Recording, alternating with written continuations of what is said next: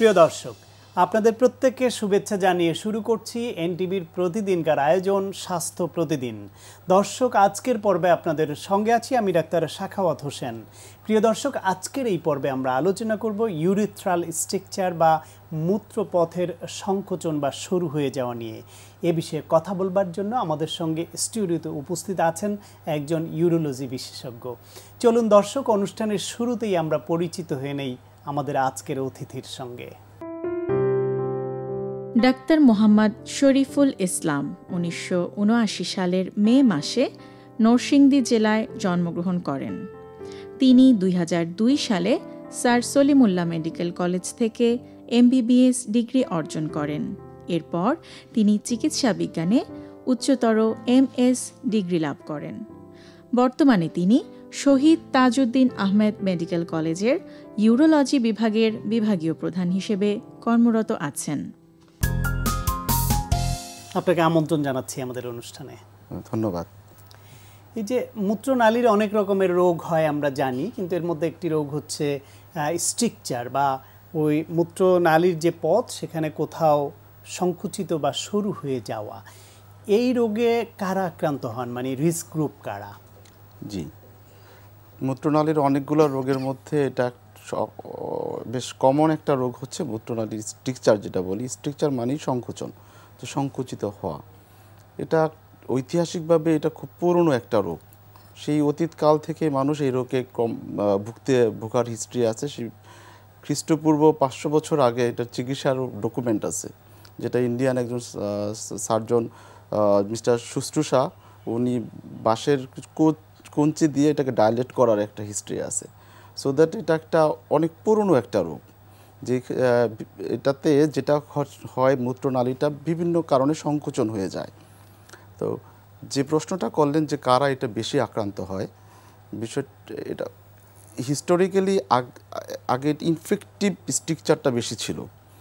যা sexually transmitted disease যখন বেশি ছিল, সব গণকক্কাল ইউরেথ্রাইটিস কিংবা সিফিলিটিক প্রবলেম যখন বেশি ছিল, তখন এই ইনফেক্টিভ ভ্যারাইটির কারণে ইনফেক্টিভ স্ট্রাকচারটা বেশি হইতো। যারা সেক্সুয়ালি হিস্ট্রি অফ এক্সপোজার ছিল তাদের এই রোগটা বেশি হইতো। বাট ক্রমান্বয়ে আমাদের অ্যান্টিবায়োটিক ইরা যখন শুরু হয়, এখন গণকক্কাল ইউরেথ্রাইটিসের এবং এটার সিকুয়েলি অনেকটা কমে গেছে due to improvement of antibiotic therapy. এই মুহূর্তে সবচেয়ে বেশি হচ্ছে ট্রমাটিক স্ট্রাকচারের সংখ্যাই বেশি। মানে মহিলা না পুরুষ, কাদের বেশি স্ট্রাকচারের? এটা ছেলেদের, পুরুষ মানুষেরই বেশি হয়। এটাতে মহিলারা আক্রান্ত হন, তবে খুব কম। আর স্ট্রাকচার টার্মটা একমাত্র পুরুষের ক্ষেত্রে এটা ইনভলভ হয়। মহিলাদের ক্ষেত্রে আমরা এটা স্ট্রাকচার বলি না, স্টেনোসিস বলি, যদিও এটা ন্যারোইং। এটা একটা অন্য প্যাথোলজিক্যাল কারণে এটাকে সেপারেট করা হয়। আচ্ছা, তো এই যে মানে মূত্রনালীর এই পথটা যে সংকুচিত বা শুরু হয়ে যায়, যে স্ট্রাকচার হয়, এটা হওয়ার কারণ কি? একটা অবশ্য আপনি বলছেন ইনফেকশন একটা, আর কি কারণ থাকতে পারে? ইনফেকশন অ্যান্ড ইনফ্লামেশন একটা কারণ। এর পরবর্তী অন্যান্য কারণের মধ্যে হচ্ছে ট্রমা মেবি ব্লান্ট ট্রমা হতে পারে, অথবা পেনিট্রেটিং কোনো ইনজুরি, রোড ট্রাফিক ইনজুরি। এছাড়াও ইদানিংকাল যেটা বেশি হচ্ছে সেটা হচ্ছে আয়াট্রোজেনিক, বাট আমাদের চিকিৎসা দ্বারা। সেটা কীরকম? সেটাকে ইভেন ক্যাথেটারাইজেশন, আমরা যে প্রস্রাবের রাস্তায় ক্যাথেটার করি, সেটা থেকেও ট্রমা হইতে পারে, ট্রমার সিকুয়েলিতে স্ট্রাকচার হইতে পারে। আরেকটা বিষয়, আমরা এখন ইউরোলজিতে যে ইনস্ট্রুমেন্টগুলো, এন্ডোস্কোপিক ইনস্ট্রুমেন্ট পার ইউরেথ্রাতে ইউজ করি, সেই ইনস্ট্রুমেন্ট দ্বারা ট্রমার রেটও অনেক। এটা বিশেষ করে এই ইন্ডিয়ান সাবকন্টিনেন্টের আমাদের স্ট্রাকচার এবং যে ইনস্ট্রুমেন্টের যে প্যাটার্ন, আমরা অ্যাকচুয়ালি ইনস্ট্রুমেন্টগুলো ইউজ করি ইউরোপিয়ান ইউরেথ্রাল ক্যালিবার আর আমাদের এশিয়ান ইউরেথ্রাল ক্যালিবারটা সমান না। সো দ্যাট আমরা একটু ট্রমাটাইজেশন বেশি হচ্ছে। মোটা ইনস্ট্রুমেন্টটা আমাদের ইউরেথ্রার জন্য একটু মোটা হয়ে যায়, যাতে ট্রমাটা বেশি হয়। একটা স্টাডি আছে, দেখা যাচ্ছে যে ইনস্ট্রুমেন্টেশনের জন্য এই ইন্ডিয়াতে 4.8% আয়াট্রোজেনিক স্ট্রাকচার হয়, বা হোয়ারাজ এটা ইউরোপে 0.6%, 8 টাইমস লেস। তো এটাও এখন একটা অ্যালার্মিং বিষয় যে আমাদের এই আয়াট্রোজেনিক ট্রমার কারণে আমাদের অঞ্চলের এই মানুষদের চিকিৎসার জন্য আমাদের এই যন্ত্রপাতি তৈরি করতে হবে। হ্যাঁ, অবশ্যই একটু ন্যারো ক্যালিবারের যন্ত্রপাতি আসা উচিত। তো একজন মানুষের যদি এরকম স্ট্রাকচার হয় সেটা প্রাথমিকভাবে তার কি সমস্যা দেখা দিতে পারে এবং পর্যায়ক্রমে সেটা কতটা গুরুতর হতে পারে? মূত্রনালী যখন শুরু হইতে থাকে তখন সে যেটা একজন মানুষ প্রথমে ফিল করে তার প্রস্রাবের এক ধরনের অবস্ট্রাকশন ক্রিয়েট হয়। অবস্ট্রাকশন মানে সে হয়তো তার প্রস্রাবের স্ট্রিমটা ন্যারো হয়ে যায়, চিকন ধারায় প্রস্রাব হয়। তার প্রথম কমপ্লেন্ট এইটা তার হয়, এবং প্রস্রাব করতে তাকে কিছু স্ট্রেনিং করা লাগে, কিছু প্রেশার দেওয়া লাগে। নর্মাল প্রেশারে তার ভয়েডিং হয় না, কমপ্লিট হয় না। তাকে অতিরিক্ত প্রেশার দিয়ে তার প্রস্রাবটা কমপ্লিট করা লাগে। একটা স্টেজে আস্তে আস্তে ধারা আরও চিকন হইতে থাকে, তাকে আরও সময় নিয়ে প্রস্রাব করা লাগে। নর্মালি 30 সেকেন্ড থেকে 40 সেকেন্ডে ভয়েডিং টাইম একজন নর্মাল মানুষের। বাট এই প্রস্রাবের রাস্তা যাদের শুরু হয়ে যায় তাদের ভয়েডিং টাইম অনেকের ক্ষেত্রে 15 মিনিটও লাগে প্রস্রাব করার টাইমটা। এটা ক্লিয়ার করতে পারে না, কারণ চিকন ধারায় করা লাগে, ইউরিনের ফ্লো রেটটা কমে যায়, তাকে অনেক প্রেশার দিয়ে করা লাগে, এবং আলটিমেটলি একটা স্টেজে সে ক্লিয়ারও করতে পারে না। তার থার্ড কমপ্লেন হয় যে আমার প্রস্রাব ক্লিয়ার হয় না, কিছু প্রস্রাব জমে থাকে। এরপর আরও এই প্রস্রাব ক্লিয়ার না হওয়া, জমে থাকার কারণে কিছু ইনফেকশন হয়।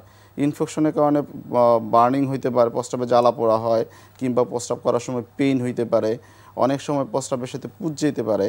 এবং এই সমস্যাগুলো বাড়তে বাড়তে এটা মূত্রথলিকে ইনভলভ করে, ক্রমান্বয়ে হয়তো উপরের দিকে কিডনিকে ইনভলভ করে। ইনফেকশন, মূত্রথলির ইনফেকশন প্লাস কিডনির ইনফেকশন হয়ে সেই ইভেন ছেলেদের প্রোস্টেটেরও ইনফেকশন হইতে পারে। এই জাতীয় অনেক সমস্যা ক্রিয়েট হয়। আরেকটা বিষয় হচ্ছে যে এটা সিকুয়েলি হিসাবে কিডনি যদি ইনফেক্টেড হয়, পায়োনেফ্রোসিস বলি সেটাকে আমরা, তাহলে অনেক সময় রেনাল কিডনির দুইটাই ড্যামেজ হয়ে যেতে পারে। এটা হচ্ছে ওর্স্ট একটা সবচেয়ে খারাপ কমপ্লিকেশন। তো একজন মানুষের যদি এরকম স্ট্রাকচার দেখা দেয়, সেই ক্ষেত্রে স্ট্রাকচার মূত্রনালীর কোন পর্যায়ে আছে, মানে কোন লোকেশনে, এবং এটা কতখানি স্ট্রাকচার হয়েছে বা কি, সেটা বোঝার জন্য পরীক্ষা নিরীক্ষা অবশ্যই আমাদেরকে এই আগে ডিটারমাইন করা লাগে এটার স্ট্রাকচারটা কোথায়। আমরা এটা আমরা সাধারণত রেট্রোগ্রেড ইউরেথ্রোগ্রাম এবং মিক্সচুরেটিং সিস্ট ইউরেথ্রোগ্রাম, RGO MCO নামে একটা পরীক্ষা আছে। এটা একটা ধরনের এক্স-রে যেটা প্রস্রাবের রাস্তায় ডাই দিয়ে করা হয়। সেই পরীক্ষাটা দিয়ে আমরা এটা ডিটারমাইন করি location of the site of the structure. অনেকটা এনজিওগ্রামের মতো, ডাইটা পাস হচ্ছে কোথায় গিয়ে সেটা চিকন হয়ে যাচ্ছে বা বন্ধ হয়ে যাচ্ছে, সেম এক ধরনের ওই রকম আমরা একটা পরীক্ষা করি। সেটাতে আমরা বুঝতে পারি যে সাইট অফ দা স্ট্রাকচার কোথায়, লেংথ অফ দা স্ট্রাকচার কত বড়, তার উপরে আমাদের ট্রিটমেন্ট প্ল্যানটা ডিপেন্ড করে। ইভেন আমরা ইউরোথিসিস্টোস্কোপি করেও, যেটা এন্ডোস্কোপিক ভিউতেও আমরা দেখতে পারি স্ট্রাকচারের, এবং সেটাকে আমরা হয়তো তখন এটা মেরিট অফ দ্য স্ট্রাকচার যাচাই করতে পারি আমরা। তো চিকিৎসার জন্যই তো আসলে রোগ নির্ণয়টা দরকার, কারণ একজন মানুষের যখন স্ট্রাকচার হয় তার কষ্ট হচ্ছিল, এটা কষ্টটা দূর করা, প্লাস হচ্ছে এটা না করলে আপনি বলছেন কিডনি পর্যন্ত ড্যামেজ হয়ে যেতে পারে, সুতরাং সে কিডনিও রক্ষা করা, আরও কমপ্লিকেশন যাতে না হয় সেটা রক্ষা করা। তো এই যে চিকিৎসার কি অপশন আছে, মানে আগে কি করা হতো বা এখন আধুনিক কি পদ্ধতি আছে? হ্যাঁ, চিকিৎসার অনেক বিভিন্ন সময়ের প্রেক্ষিতে চিকিৎসার অনেক পরিবর্তন আসছে। আপনাকে আগেই বলছি যে খ্রিস্টপূর্ব 500 শতাব্দীতে এটা চিকিৎসা ডাইলেটেশন নামক একটা মেথডে হইতো, যেটা কঞ্চি ইউজ করে। এটা অনেক দিন এই পদ্ধতিতেই চিকিৎসাটা চলতেছিল। হয়তো বাঁশের কঞ্চির জায়গায় মেটালিক ডাইলেটর ইউজ করা হইতো। আস্তে আস্তে সেই পদ্ধতিটা অবসোলেট হয়ে আসছে। এখন চিকিৎসা পদ্ধতিতে অনেক ধরনের উন্নত টেকনোলজি আসার পরে আমরা সেই ডাইলেটেশন পদ্ধতি আর ইউজ করি না।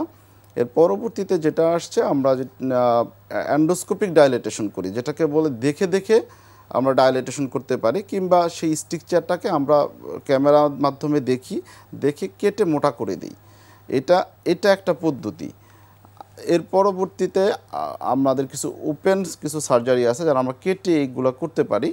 তবে সমগ্র পদ্ধতিগুলো যদি আমরা ইভালুয়েশন করি, সমস্ত যদি স্ট্রাকচারের চিকিৎসাকে আমরা দুই ভাগে ভাগ করি। একটা হচ্ছে কিউরেটিভ চিকিৎসা, আর কিছু হচ্ছে ম্যানেজমেন্ট করি। এই ডায়ালেটেশন কিংবা আমরা যে এন্ডোস্কোপিক ইনসিশন দেই, যেটাকে কাটি দিয়ে মোটা করি, this are the part of management. এই চিকিৎসা দ্বারা স্ট্রাকচার ভালো হয় না, সাময়িকভাবে ম্যানেজ করা যায়, সাময়িকতার কষ্টটা দূর হয়, সরু নালীটা একটু মোটা হয়, মোটা করে দেওয়া যায়। আর আপনাকে যদি কিউরেটিভ চিকিৎসার কথা বলা হয় তাহলে আমরা এটাকে ইউরোথোপ্লাস্টি নামে আমরা একটা চিকিৎসা দিই। সেটা হচ্ছে কয়েক ধরনের আছে। একটা হচ্ছে আমরা স্ট্রাকচার সেগমেন্টটা যদি ছোট হয় এটাকে কেটে আমরা দুই পাশে অ্যানাস্টোমোসিস করে দিতে পারি, তাহলে সেটাও এন্ড টু এন্ড অ্যানাস্টোমোসিস বলি আমরা, এক্সিশন অ্যানাস্টোমোসিস। যে নালীতে যেখানে স্ট্রাকচার যদি এটা ছোট হয় ওই অংশটা আপনি কেটে ফেলে দিয়ে দুই মাথা টেনে এনে জোড়া লাগিয়ে দেন, মানে এমনি কাটা ঘায়ে যেরকম সেলাই করে স্টিচ করা সেটাই জাস্ট এটাও করা যায়। অনেক ক্ষেত্রে এটা যদি স্ট্রাকচার অনেক বড় হয় এটা তো আর সম্ভব হয় না এন্ড টু এন্ড অ্যানাস্টোমোসিস করা, টেনে আনা। সেই ক্ষেত্রে আমাদেরকে রিকনস্ট্রাকটিভ কিছু সার্জারি করা লাগে। রিকনস্ট্রাকটিভ সার্জারিগুলোর মধ্যে সবচেয়ে এই বর্তমান সময়ের জন্য সবচেয়ে পপুলার মেথড হচ্ছে আমরা ওরাল মিউকুসার গ্রাফট করি। মুখের চামড়া এনে ওই জায়গাটুকুতে আমরা গ্রাফটটা এখানে লাগাই এবং এই গ্যাপটাকে ফিল আপ করি। মানে মুখের ভেতরে জিল্লিয়া আবরণ এবং ইউরোথ্রাল জিল্লিয়া আবরণ যেহেতু একই রকম, এইখান থেকে কাছাকাছি অনেকটা, এইখান থেকে নিয়ে আপনি ওখানে জোড়া লাগিয়ে এবং সেটা লেগে যায় এবং এটার সাকসেস রেট প্রায় অ্যারাউন্ড 90%। সো আমাদের স্ট্রাকচারের একটা আমূল বিবর্তন এই ওএমজি গ্রাফট আসার পরে। আমরা এটা অনেক ক্ষেত্রেই অনেক সময় সম্ভব ছিল না, ট্রিটমেন্ট ফেলুর রেট বেশি ছিল, বাট এটা আসার পরে এটাতে আমাদের সাকসেস রেট আমরা অনেক ভালো পাচ্ছি। এটা আসার কথা 90% সফল হয়েছেন, নিশ্চয়ই আরও ভালো পদ্ধতি আসবে যাতে আমরা 100% সফল হতে পারবো, সেই প্রত্যাশা রইল। আপনাকে অনেক ধন্যবাদ। প্রিয় দর্শক, আমরা শুনছিলাম ইউরিথ্রাল স্ট্রাকচার বা প্রস্রাবের নালীর সংকুচিত হয়ে যাওয়া, সরি হয়ে যাওয়ার প্রতিকার বিষয়ে অত্যন্ত প্রয়োজনীয় কিছু পরামর্শ। আশা করি আপনাদের কাজে লেগেছে। প্রিয় দর্শক, এই অনুষ্ঠান সম্পর্কে আপনাদের যে কোনো মতামত বা পরামর্শ থাকলে অবশ্যই লিখে জানাবেন এই ঠিকানায়। প্রযোজক স্বাস্থ্য প্রতিদিন, এনটিভি, বিএসসি ভবন, 7 তলা, 102 কাজী নজরুল ইসলাম এভিনিউ, কারওয়ান বাজার, ঢাকা 1215। ফ্যাক্স 914338 থেকে 7 পর্যন্ত, অথবা ইমেইল করুন স্বাস্থ্যপ্রতিদিন@ntvpt.com এই ঠিকানায়। প্রিয় দর্শক, আপনার প্রিয় স্বাস্থ্য প্রতিদিনের আগামী পর্বে আপনার জন্য যা রয়েছে, আমরা অক্সিজেন নিয়ে থাকি। আমাদের বাইরে থেকে যে অক্সিজেন আমাদের ফুসফুসে প্রবেশ করার যে পথ, রেসপিরেটরি ট্রি আছে, সেখানগুলো ওই পথগুলা শুরু হয়ে যায় অ্যালার্জিক রিয়াকশানে। এই হলো 1 নম্বর। 2 নম্বর, ওখানে মিউকাস সিক্রেশন হয়। 3 নম্বর হলো ওখানে একটা ইনফ্লামেশনের জন্য ওখানে ওই জায়গাটা শুরু হয়ে যায়, পথটা শুরু হয়ে যায় ইনফ্লামেশনের জন্য, মিউকাস প্লাগিং হয়ে।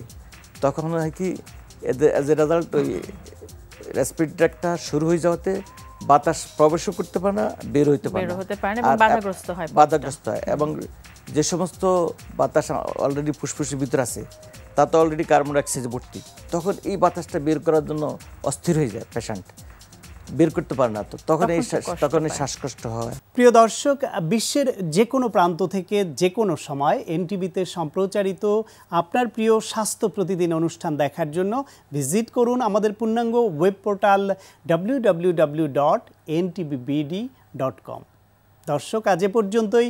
সবাই ভালো থাকুন, সুস্থ থাকুন এবং অবশ্যই নিরাপদে থাকুন। দেখা হবে আগামীকাল ঠিক একই সময়ে নতুন কোনো অতিথি নিয়ে।